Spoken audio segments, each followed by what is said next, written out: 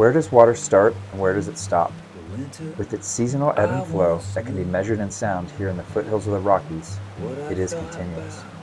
From the spring runoff to the winter freeze and thaw, the movement and motion and energy can be felt and heard if you just quiet yourself and listen. The air drops the rain, brings the snow to these mountains, and it has to work its way through the fractures in the rocks, in the aggregates in the soil, to finally make its way into the creek. And as it enters the creek, it does amazing things. It fuels energy to the organisms, to the life, and as it moves down, it rushes, creates more oxygen, and it has a vitality to it. So how do we try to capture it and hold it, but not for too long so that other things can benefit from the water down below stream from where we're at?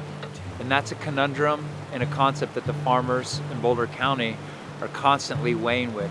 How do we take just enough for what we need, but we let enough pass through so others can also benefit from nature's most precious gift?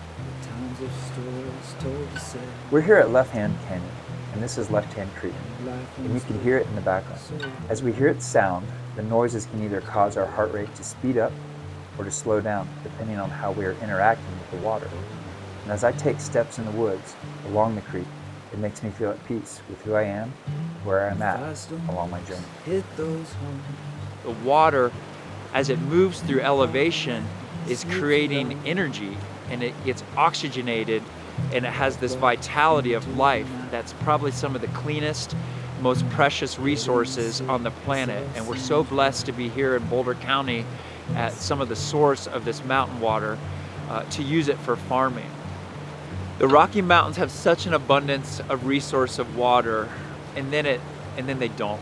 We have these amazing long winters where the snow accumulates for months and months and months, and then it begins to melt and come into runoff and creates these deep incised canyons over geologic time that have left such beautiful topographic features and exposed geologies to look at.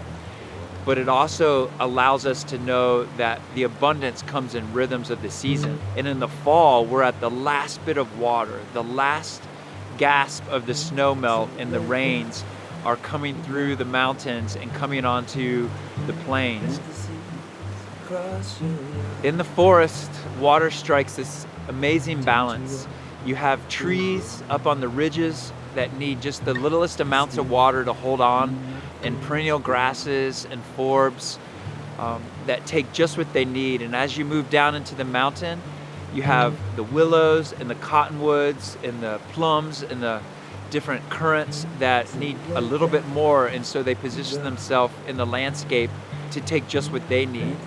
And so as our cultures become more entrenched in one place, like the trees in the forest, how do we understand to take just what we need for our agricultural purposes and for the balance of how we're existing in one place?